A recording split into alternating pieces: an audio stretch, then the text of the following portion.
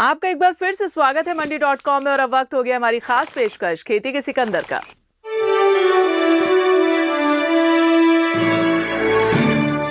जब खेती बाड़ी की चर्चा चौपाल की चौखट को पार कर दूसरे गांवों के घरों तक पहुंचने लगी, तब बड़ी संख्या में किसान एकजुट होने लगे। उसके बाद किसान उत्पादक संगठन ने आकार लिया। आज हम मंडी.com की रिपोर्ट में इस पर विस्तार से चर्चा करेंगे।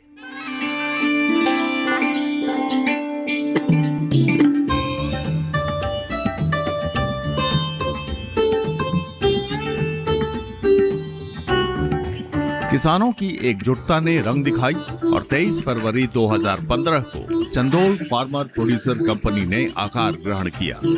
उसके बाद इलाके के किसानों की आंखों में बेहतर खेती बाड़ी के सपने आकार लेने लगे। कई गांवों के किसान जुटने लगे और एक एक कर 575 किसान इसकी पहचान का हिस्सा बन गए। इस कारवां में 172 महिला किसानों का भी उत्साहजनक साथ मिल रहा है। आमतौर पे पहले तो ग्रुप का काम चल रहा था यानी खेडूतों पर यानी गाँव में, लेकिन ग्रुप पर भी काम यानी अच्छी ढंग से नहीं हो पाएगा। इसमें तो कंपनी के दायरे में लाकर एक इंस्टीट्यूट खड़ा करना पड़ेगा। ये सब चीज़ें आ रही थी। और जो प्रोजेक्ट चल रहा था महाराष्ट्र स्पर्धा कृषि विकास प्रकल्प, वो जो टेक्निकल ऑफिसर थे उन्होंने भी इस चीज़ में बहुत सारा काम किया था। हमारे यहाँ प्रशांत चास्कर सर थे जो पूना में भी बैठते, तो उन्होंने भी अच्छा यहाँ पे फील्ड पे काम किया और उन्होंने ये ग्रुप में चर्चा आगे लाई कि अगर ये ग्रुप इकट्ठा कर इनकी अगर कंपनी बनाते हैं, इनको उत्पादक संगठन एक बहुत बड़ा खड़ा करके अगर उसको अगर इंस्टीट्यूट बिल्ड करवाते हैं, तो इसके आगे जाकर हम अच्छा इंडस्ट्री लेवल पे कुछ काम कर सकते हैं और जो फार्मर को साथ में लेकर उसमें आगे अच्छा बड़ा सा काम होगा और हर एक फार्मर का उसमें बेनिफिट हो पाएगा। जब एफपीसी के गठन का रास्ता साफ हो गया, तब उसकी फंडिंग के काम को भी किसानों ने मिलकर सुलझा लिया। अलग अलग गांवों के करीब 40 ग्रुप के मुखिया ने सभी किसानों से बात की। शुरुआत में 250 किसानों ने मिलकर 2.5 लाख रुपए जमा करने की योजना तैयार कर ली। सभी ग्रुप के लीडर ने गांव-गांव में कैंपेन चलाया और जो ग्रुप है वो ग्रुप से बातचीत करके वार्तालाप करके उन्होंने एक शेयर का वैल्यू 10 रुपये फेस वैल्यू और उसके अनुसार हर एक ग्रुप के मेंबर को 100 शेयर्स अगर देते, 100 शेयर्स अगर देते हैं तो उसकी वैल्यू हो जाएगी 1000। इस तरीके से 1000 अगर कॉन्ट्रीब्यूट अगर करते हैं तो 250 किसान मिलकर 2.5 लाख रुपए इकट्ठा कर सकते और ऐसा उन्होंने समझाया। फिर वो कैंपेन हमने गांव-गांव में चलाया और उस हिसाब से हमने कुछ ग्रुप का कॉन्ट्रीब्यूशन लिया और कुछ इंडिविजुअल फार्मर का भी किसानों का कॉन्ट्रीब्यूशन ले लिया और उस तरीके से कंपनी फॉर्मेशन का एक ढांचा बन गया। एफपीसी के गठन में कृषि विभाग के अधिकारियों ने भी सहयोग किया, किसानों को समझाने का काम किया, प्रोजेक्ट के लिए जमीन की अहमियत समझाई और उसकी व्यवस्था करने का तरीका बताया। सुरुवातीला आम्हाला ते कृषी सहाय्यक लोक आले, त्यांनी आम्हाला प्रोत्साहित केले या प्रोजेक्टसाठी आणि त्यांनी सांगितलं बा मग तुम्हाला जमीन कुठे आहे। आमचा एक शेतकरी गट होता, किसान मेथी उत्पादक गट, त्या गटाने ही शेती मग आम्ही विकत घेतली। पहिला आमच्याजवळ जे बजेट होतं आम्ही दर महिन्याला जे टाकलं होतं त्या पैशातून आम्ही शेती विकत घेतली आणि मग ही शेती भाडे तत्वावर आम्ही या प्रोजेक्टसाठी दिली आणि त्याहून हा प्रोजेक्ट उभा राहिला। मग आम्ही त्यांनी आम्हाला सांगितलं यासाठी आता पैसे तयार करावे लागते, शेअर पाडावं लागते लोकांचे। मग त्यांनी सगळ्या गोष्टी आमच्या सोबत राहून आम्हाला जसं काय सांगलं आम्ही तसं वागलो।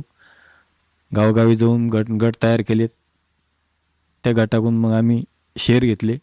त्या शेअरच्या माध्यमातून 4.5 लाख रुपये आम्ही उपलब्ध केले आणि हे 4.5 लाख रुपये भरल्यानंतर आम्हाला शासनानं 8.5 लाख रुपये। एफपीसी की तरफ से पहले 3 साल तक इनपुट का काम जोर शोर से किया गया, लेकिन पास की मंडी से चुनौतियां और उधारी की वजह से इनपुट में काम करने के तरीके को बदल दिया गया। अब एफपीसी की तरफ से किसानों को पोर्टल पर इनपुट की खरीदी में मदद दी जाती है। इससे किसानों को गांव से ही खरीदी में मदद मिल जाती है। दूसरी ओर एफपीसी ने महाराष्ट्र सरकार के स्मार्ट प्रोजेक्ट के तहत लोन लिया और उससे ट्रैक्टर की खरीदी की। साथ ही वेयर हाउस का भी निर्माण करवाया है, जिसकी क्षमता 1000 मीट्रिक टन है। इस वेयर हाउस को WDRA से मान्यता दिलाने की प्रक्रिया जारी है। वहीं इसके बाद FPC ने क्लीनिंग ग्रेडिंग के महत्व को समझते हुए प्लांट भी लगवाया, जिसका फायदा मिल रहा है। पहिल्यांदा आम्ही एकत्र आलो, क्लिनिंग ग्रेडिंगचा प्रॉब्लेम होता, तर मार्केटमध्ये माल विकायचा, तर क्लीन करून विकल्यावर 2 पैसे जास्त मिळतात शेतकऱ्याला, म्हणून आम्ही हा प्रोजेक्ट सुरू केला।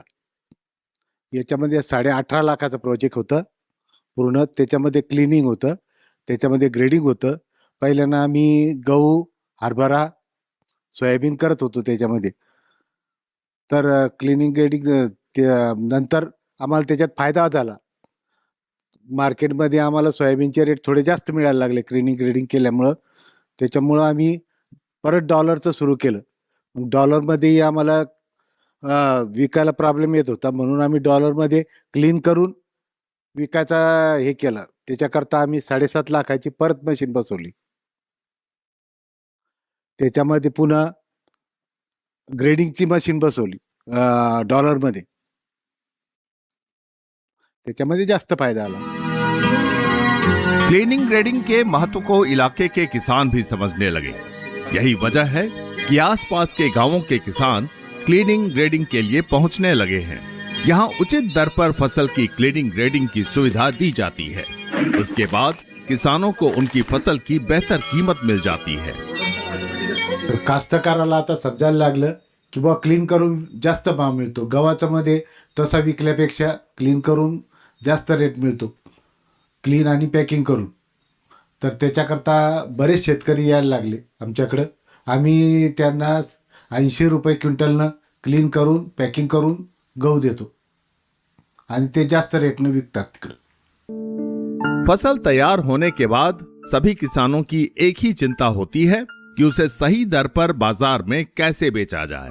इस FPC के पास गांव में ही नेफेड का खरीदी सेंटर है, जहां सरकारी दर पर फसल खरीदी की जाती है। यहां चना, तुअर और सोयाबीन की खरीदी की जाती है। इस सुविधा से किसानों का जहां कीमती वक्त बच जाता है, वहीं ट्रांसपोर्टेशन खर्च भी बच जाता है। इसके साथ ही यहाँ दूसरी फसलों की भी खरीदी सही दर पर की जाती है। नाफेड का प्रोक्योरमेंट सेंटर होने से किसानों का जो माल आता है, सोयाबीन हो गया, तुअर हो गया, काला चना हो गया, ये फसल गवर्नमेंट जो खरीदती है, इसका हमारा खरीदी सेंटर होने से अच्छे खासे तौर पे हमारी खरीदी होती है।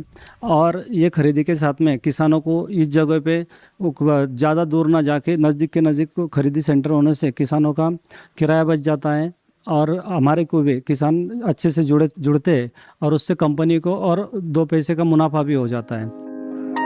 गांव में ही FPC की मौजूदगी और खरीदी सेंटर के होने से यहाँ के किसान भी बेहद खुश हैं और राहत महसूस कर रहे हैं। अब उन्हें व्यापारियों की मनमानी का सामना नहीं करना पड़ता है और साथ ही फसल की सही कीमत भी मिल जाती है। ये जो कंपनी हमको मिली तो वो सेफ है और उससे हमारा खेती का माल बेचने का जो स्टेशन मिला हमको, ये कंपनी ही हमको सही लगती है। गांव में ही नेफेड खरीदी सेंटर से जहां किसानों को लाभ हो रहा है, वहीं FPC को भी फायदा हो रहा है। FPC किसानों से फसल की खरीदी कर उसकी क्लीनिंग, ग्रेडिंग और पैकेजिंग कर वैल्यू ऐड कर ओपन मार्केट में बेच देती है। इस तरह से FPC मार्केट लिंकेज का काम भी बेहतर तरीके से कर रही है और अच्छी कंपनियों को फसल बेच रही है। FPC जलगांव मंडी के साथ धुलिया, खामगांव में फसल बेचने का काम करती है। तो पहले दूर दूर पे सेंटर थे, अभी अपने नज़दीकी कंपनी के नज़दीक के जो किसान हैं, इनको दूर जाने की ज़रूरत नहीं होती है, उनका ट्रांसपोर्टेशन कॉस्ट बचता है और उनका यहाँ पे जो माल गवर्नमेंट का खरीदी होता है तो वो खरीदी होके वो पैकेजिंग होके ये कंपनी ये सारा काम करती है। और इसके साथ में कंपनी ओपन मार्केट में भी काम करती है, जैसे माल खरीदी करना और कॉमन मार्केट में जहाँ पे अच्छी दाम मिलती है वहाँ पे बेचना। चंदौल FPC सिर्फ एक ही तरह के बाजार पर निर्भर नहीं है, बल्कि अलग अलग तरह के मार्केट में काम करने में भी यकीन रखती है। यही वजह है कि ये FPC कमोडिटी एक्सचेंज पर भी सक्रिय है और इसके लिए कंपनी के सदस्यों ने ट्रेनिंग भी ली है। यही वजह है कि कमोडिटी एक्सचेंज पर काम करने का इसका अनुभव भी अच्छा रहा है। फसल की पैदावार है उसको हम प्रोसेस करके मार्केट में जो प्रोसेसर है, मिलर है और जो बड़े खरीदार है उनको हम बेचते हैं। और ऑनलाइन प्लेटफॉर्म भी हम अलग अलग प्लेटफॉर्म से जुड़े हैं। बहुत सारे प्लेटफॉर्म से जुड़ने के बाद जो एक्सचेंज मार्केट में भी हमने जो हमारा प्रोड्यूस है वो सेल करने के लिए प्रयास किया और कुछ ट्रेड हमने परचेज भी किए। हल्दी जैसी कमोडिटी में हमने पुट ऑप्शन का एक्सचेंज ले लिया और पुट ऑप्शन में पहले जो 17,000 पर क्विंटल का जो रेट तय होता है उसी पे हमने 3 महीने पहले पुट ऑप्शन ले लिया और आगे जाके मार्केट डाउन हो गया तो भी हमने 17,000 के रेट पर हम पुट ऑप्शन में हमारी फसल हम बेच पाए। इससे एक अश्योर्ड मार्केट हमको मिल गया। इसलिए हल्दी वाले जो हमारे किसान हैं उनको और हमारी एपीसी को भी उसका बेनिफिट हो गया। जैसे मार्केट कम भी होता है तो उसका कोई में यानी प्रॉब्लम नहीं हुआ। इस एफपीसी से महिलाएं भी जुड़ी हुई हैं। यही वजह है कि यहाँ के कामकाज में उनकी सहभागिता हो जाती है। इस एफपीसी में क्लीनिंग, ग्रेडिंग के बाद हाथ से फसल की सफाई का भी काम किया जाता है, जिसमें गांव या आसपास की महिलाओं को काम करने का मौका मिल जाता है।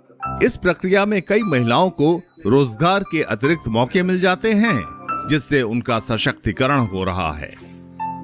हम काबुली चना पे काम करते हैं तो मशीन में क्लीन करने के बावजूद उसमें कुछ कंकड़, फंगल्स चना ऐसा रहता है और कुछ कलर के चने रहते, तो उसको साफ़ करने के लिए वो मशीन द्वारा साफ़ नहीं होते, तो उसको साफ़ करने के लिए मज़दूर की ज़रूरत पड़ती है। तो हम आसपास के गांव से कुछ महिला लाते हैं और उनसे ये चना साफ़ करवाते हैं हैंड वर्क करके। तो उसमें अच्छी तरह से साफ़ होता है हैंड वर्क करके। हमारे कंपनी में 13-14 महिला काम करती है। उनको 5-6 महीने के लिए अच्छा रोज़गार मिलता है और अच्छी तरह से काम करती है और हमारी कंपनी का काम भी अच्छी तरह से होता है। कंपनी मजबूत इरादे के साथ तरक्की के रास्ते पर अग्रसर है। उतार चढ़ाव के साथ कंपनी का टर्नओवर भी बढ़ता घटता रहा है। इसके बावजूद कंपनी के सदस्यों और किसानों का हौसला बुलंद है। हम लोग 2017 से कंपनी स्टार्ट हुआ है। कंपनी स्टार्ट होने के बाद में शुरुआती दौर में उतना जितना काम होना चाहिए था उतने बड़े पैमाने पे हुआ नहीं, लेकिन धीरे धीरे ग्रोथ करते करते आगे बढ़े। 2022 से तो अभी तक लास्ट 3 ईयर में अच्छा सा हमारा काम हुआ है। हमारा 22-23 का 6.5 करोड़ रुपए का टर्नओवर था। 24 में हमारा 3.5 करोड़ रुपए का था। अभी लास्ट ईयर में हमारा 1.5 करोड़ के आसपास टर्नओवर था।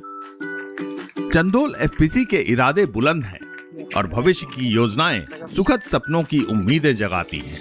कंपनी आने वाले वक्त में ड्रोन खरीदने और फल सब्जी में काम करने की योजना बना रही है। कंपनी को भरोसा है कि वो आने वाले वक्त में और बेहतर काम करेगी। मंडी.com के लिए महाराष्ट्र के बुल्ढाना से अनिल वत्स के साथ अनुपम आलोक। मंडी.com में आज बस इतना ही। अगले सप्ताह मैं फिर आऊंगी किसानों को प्रेरणा देने वाली सफलता की एक कहानी और दूसरी जरूरी खबरें लेकर। तब तक के लिए आप देखते रहिए दूरदर्शन किसान। नमस्कार। आपकी राय हमारे लिए बहुत महत्वपूर्ण है। आप हमारे टोल फ्री नंबर पर कॉल कर सकते हैं और अपनी राय दे सकते हैं। साथ ही आप ईमेल के जरिए भी हमें अपनी राय दे सकते हैं। हमारा ईमेल पता है ncdexmandi@gmail.com।